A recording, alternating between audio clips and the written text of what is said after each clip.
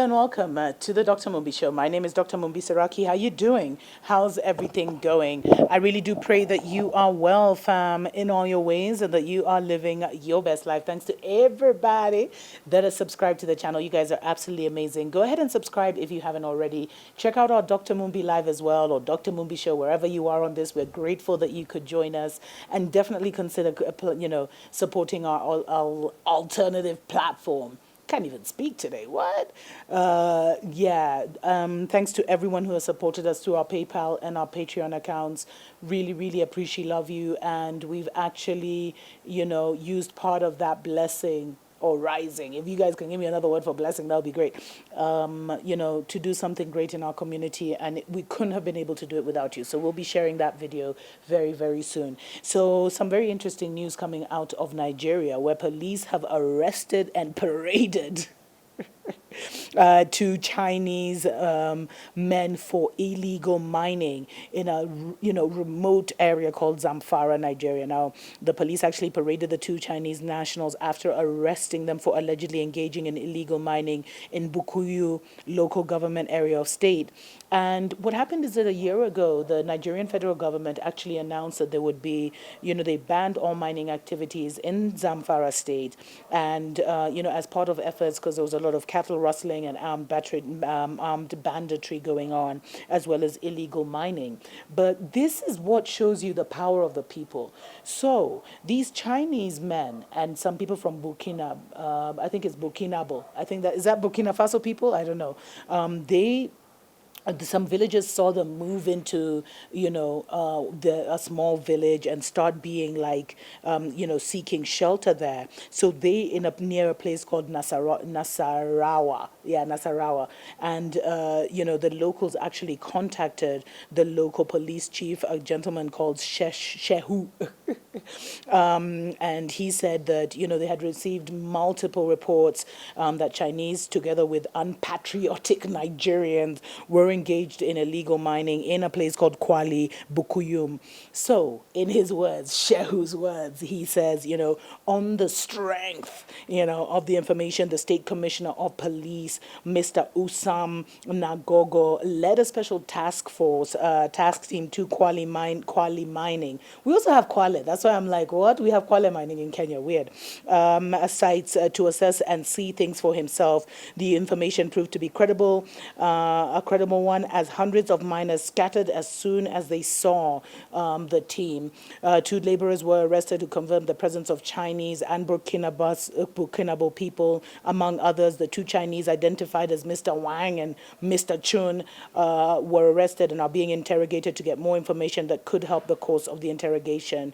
And he went on to say that, first on the 25th, they received information the Chinese moved in. And then on the 26th, they were seen with all the chemicals for making gold. So it looks like our people are not sleeping. And this is where, in Kenya, we have something called Nyumba Kumi, which is like 10 homes. And you should know all like the 10 homes. I guess that's what it is. Like, you should know your neighbor, check up on your neighbor. They wanted to make it some kind of big brotherhood. But this is the kind of thing where people on the ground, if you see something suspicious, record it on your phone, send it to your peoples, send it to your younger peoples who can make it go viral.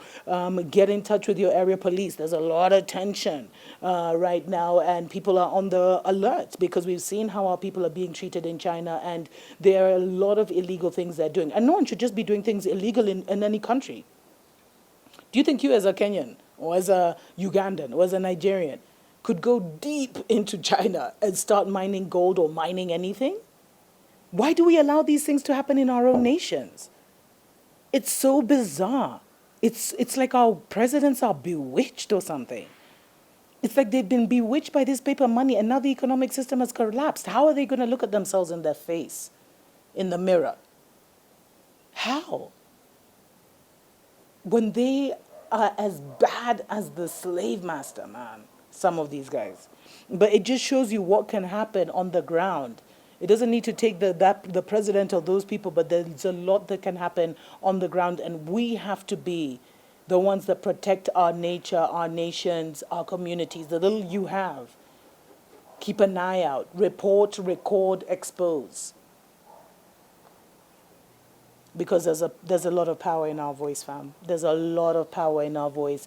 And we've seen it since 2018, where African governments have been forced to bow because of what their citizens said online. And if that's the only power we've got right now, then let's exercise it well. Until next time. Mwah.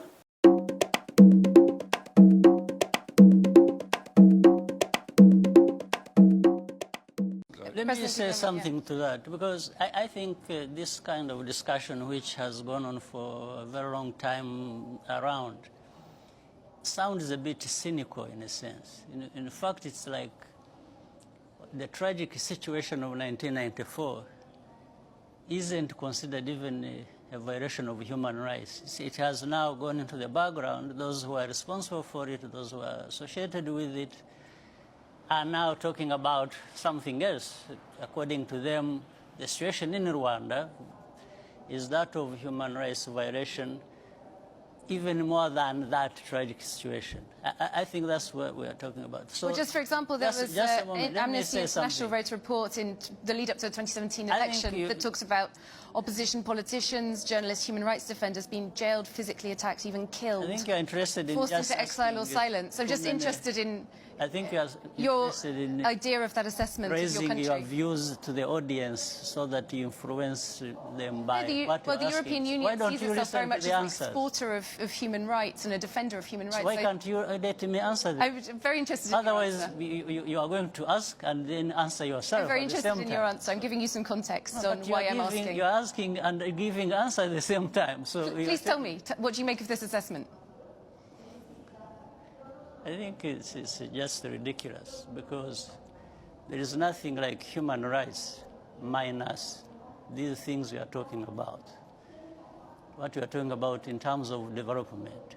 These are human rights. Development, schools, education, health, and food security. And, you know, when you see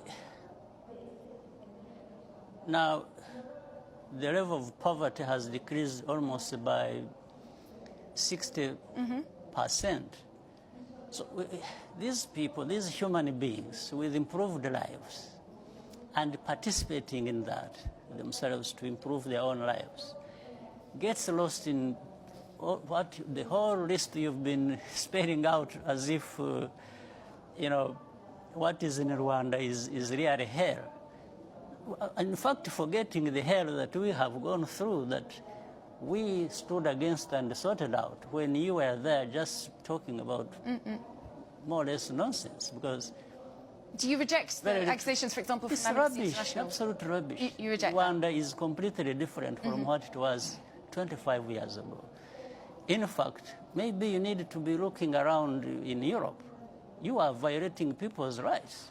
When we have this problem of people being bundled and sent back to sink in the Mediterranean and so on, and so many people being mistreated in your own countries. Why don't you talk about your human rights and stop just offloading everything? Well, this is a development conversation, so no, in the context of development. You are not the one to determine what conversation or what points to raise in any conversation. You are asking questions, this is what I'm saying. You are asking questions and you are giving yourself answers. You really need to stop this superiority complex nonsense about human rights. You think you are the only ones who respect human rights, or others it's about violating human rights. No, we've fought for human rights and freedoms of our people much better and more than anyone, including you people who keep talking about this nonsense. Where we have taken our country from and where it is now speaks for itself. The rest of the stories just comes from this complex. You know, these two worlds where there are people who know everything about human rights and all kinds of things, and another world where people are just people who don't know. But these are our human rights. It's not, when we respect the things we respect in our countries, it's not for you, it's not for anybody else, it's for ourselves. Is it not so universal? You don't sit there. Yes, it is universal, but you don't sit there. If it is universal and you believe it, then you don't become the judge yourself. You don't start telling the others what to do, what they should not to do, or that what they are doing is not to your satisfaction. Who are you? Well, I'm not sure if we're talking about me personally. Well, you are the one actually raising these questions. So I think you better interpret it properly so that it is well understood. Okay. I could see you asking questions in a manner that you want to influence the ones listening to us. But that's not correct. Okay. Yeah. I'm raising it once again in the context of the United Nations Development Goals. No, United Nations is us. You see, United Nations is not something alien somewhere else. Yeah. It's actually us. We participate. And the framework for this entire development. And by the way, I had been leading the Millennium Development Goals before Sustainable Development Goals. I was the co-chair of that, with other leaders and some of the leaders in Europe. So you don't turn around, it's like you want... So you believe that there should be scrutiny on human rights in Europe, in Africa, No, I believe that you shouldn't be there belittling Africans or leaders of Africa who are trying to... Oh, no, but the conversation about migration is a real conversation about human rights. So you believe that there are valid human rights concerns to be taken into account in this conversation? Even in Europe, not in Africa. Not in Africa? In Europe. In Europe, not only in Africa. Not, of course. Yes. Well, thank you both very much. Unfortunately, that is all we have time for. President Paul Kagame of Rwanda and the EU's Development Commissioner, Neven Mimica. Thank you both for your time. Thank you as well for... Wake up, wake up, wake up, wake up, wake up, wake up, wake up.